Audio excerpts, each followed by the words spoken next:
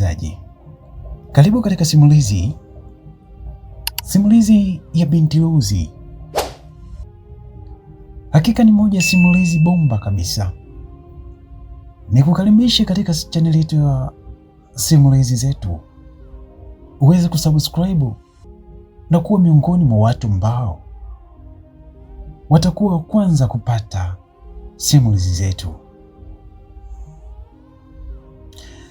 Lakini kitu ambacho kimenifanya nikuletee simulizi hii kwa lengo la kujifunza na kuelimika kupitia hii simulizi.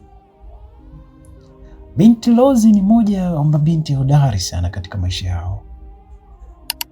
Naweza kusema sina nguvu ya kueleza zaidi, lakini nguvu ya kueleza zaidi itakuwa ndani ya simulizi hii. Ungana nami, nipe support yako, kulike, kutoa maoni yako, kisha na kushare.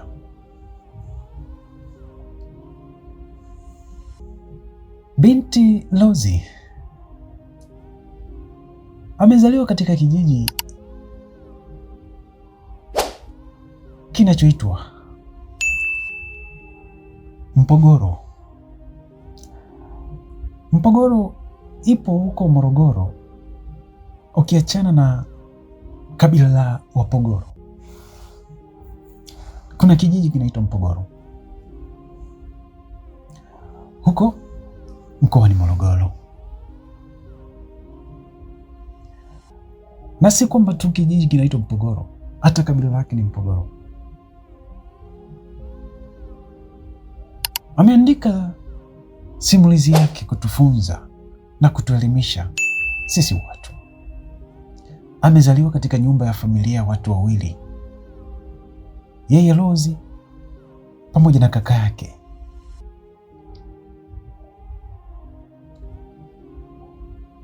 Anatueleza kwamba Lozi yeye huyu aliishi maisha gani. Twenzetu na hiki ni kipande cha kwanza. Majina yangu naitwa Lozi.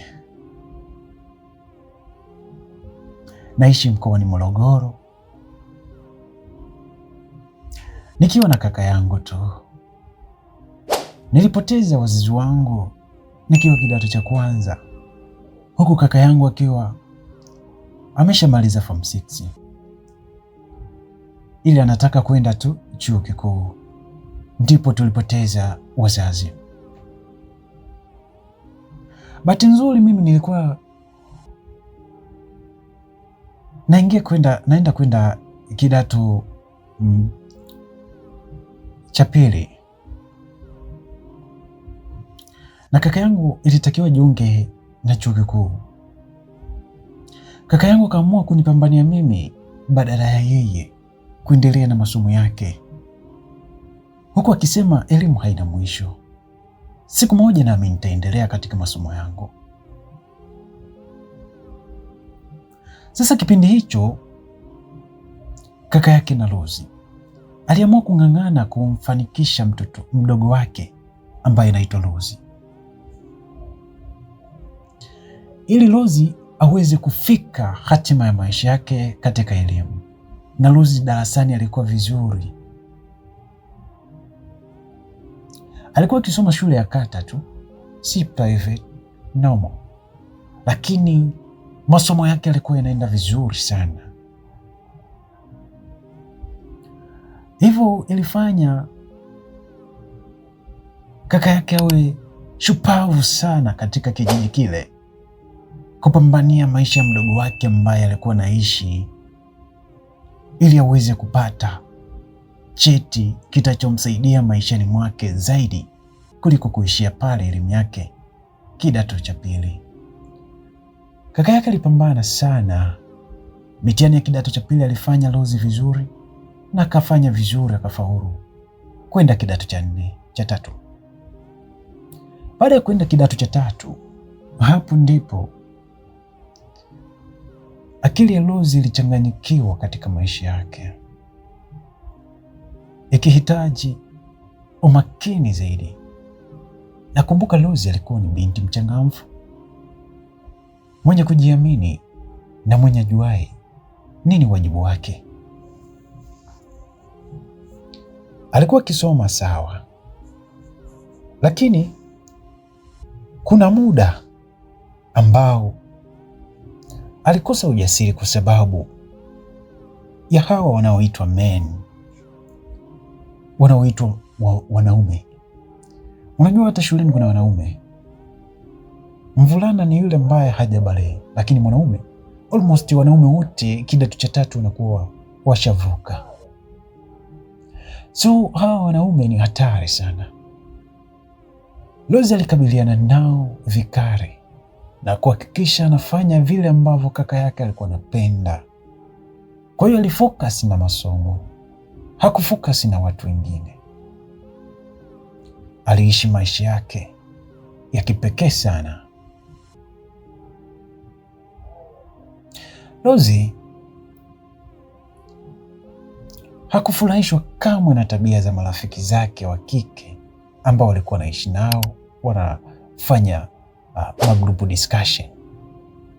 Aliamua kuchagua na marafiki ambao watamwezesha kiakili, kwa sababu wale walikuwa hawawazii kwamba wapo shuleni kutafuta nini, lakini Rose yeye alikuwa anaelewa.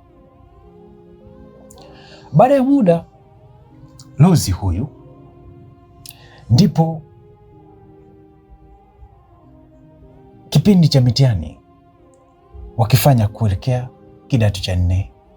Rose alikuwa wa kwanza darasani na walipongezwa vizuri, lakini haikuwa hapo. Kuna watu wabaya walijitahidi kufanya vile ambavyo wanataka. Kwa nini huyu mtu atupite ili hali hana wazazi wake? Yaani anaishi na kaka yake tu. Kwa nini? Wenye wivu walitaka kumtengeneza Rose. Wachawi hawana aibu. Bana, sifa nyingine ya Rose ni binti shupavu katika imani, ambaye amelelewa na wazazi wake katika imani na anajua kuomba vizuri. Sasa tubinti tuwili tuliamua kujitokeza kwa ajili ya kutaka kuharibu maisha ya Rose katika elimu. Walienda kufanya vitu ambavyo sivyo, baadaye wakajikuta wakikamatika kwenye mtego wao. Aibu ili kupata wao, Rose akaendelea kusunga na maombi, akaendelea kujilinda, kufunga, huku akiamini siku moja atafanya vizuri na ataenda kusoma katika shule ambazo huenda akapata nafasi ya kufadhiliwa na kaka yake arudi naye chuo. Lakini siku zilienda kwenda. Kuna siku Rose aliumwa sana, ilikuwa karibu ya kukata roho. Kaka yake alifanya jitihada ya kumpeleka hospitali. Rose aliugua sana. Siku 5 amelazwa katika kitanda cha hospitali. Haieleweki atapona, haieleweki ni ugonjwa gani. Lakini baada ya siku Rose alikumbuka kuomba Mungu, akamwomba, na bahati nzuri Rose akapona. Baada ya kupona walirudi na kaka yake akiwa amechanganyikiwa. Kaka yake anasema, itakuwaje ikiwa Rose ataniacha? Nitabaki mimi peke yangu. Ndugu zetu hawatutaki kwa sababu tunaishi katika imani ya wokovu, na ndugu zetu ni wale upande mwingine imani yao. Basi binti Rose aliendelea na masomo, kujituma katika kile ambacho anakiamini, kupambania kile ambacho anakitaka. Kidato cha 4 alimaliza na kufanya vizuri mitihani, akapata nafasi nzuri ya kufadhiliwa, lakini Mungu si Asumani, yeye hakuchaguliwa kabisa miongoni mwa watu waliopata nafasi ya kufadhiliwa. ili kwenda kusoma sehemu nyingine. Baadaye Rose aliamua kurudi kwa kaka yake na kulia. Kaka yake alimtia moyo na kumwambia, mdogo wangu, kazana, hata ukienda shule hii ndogo ndogo, faulu vizuri, mimi nipo pamoja nawe. Kaka yake alimwombea sana Rose na kumpa ushauri mkubwa sana hadi Rose alikubali, lakini Rose mwenyewe alitaka aendelee kubaki na kaka yake mara baada ya kukosa nafasi ya kufadhiliwa kwenda kusoma shule ambazo atapata elimu bora. Si kisa alikosa ufaulu mzuri, hapana. Rose alikuwa amefaulu vizuri sana. Division ya 7 1.7, ile ya 7, Division 1 ya 7. Unaona? Sasa wakati huo kaka yake alimshauri vizuri. Kaka yake alikuwa akifanya kazi za kujituma kila siku, akosi kwenda kazini na kufanya kile ambacho nataka ili maisha yao yaendelee kusonga. Lakini walikuwa na shamba kidogo ambalo linawasaidia kidogo kidogo, wakilima baadhi ya mboga mboga, wanakula, wanapata chakula. Kwa hiyo Rose akaendelea katika shule ambayo amemaliza pale pale, ili isiwe gharama kubwa sana katika maisha ya elimu. Baada ya hapo Rose akasoma form 5, form 6, akamaliza. Akafaulu pia vizuri kwenda chuo kikuu. Sasa kaka mtu na Rose, kwa kuwa walikuwa ni wenye moyo na imani katika kitu ambacho anakiamini, kaka yake Rose aliapply chuo na Rose pia ka-apply chuo kimoja.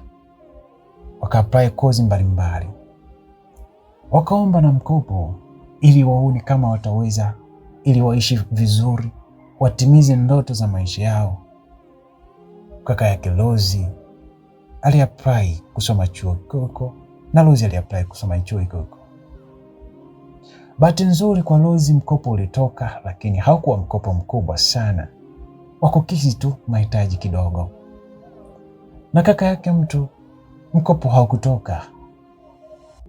Sasa licha ya kuambatanisha kila nyaraka za kuwa watu wa aina gani, hakupata. Basi aliamini katika kujituma na kuwa atafanya kile ambacho anahitaji ili waweze kufanikisha hatima yao. Siku hiyo Rose alimwambia kaka yangu,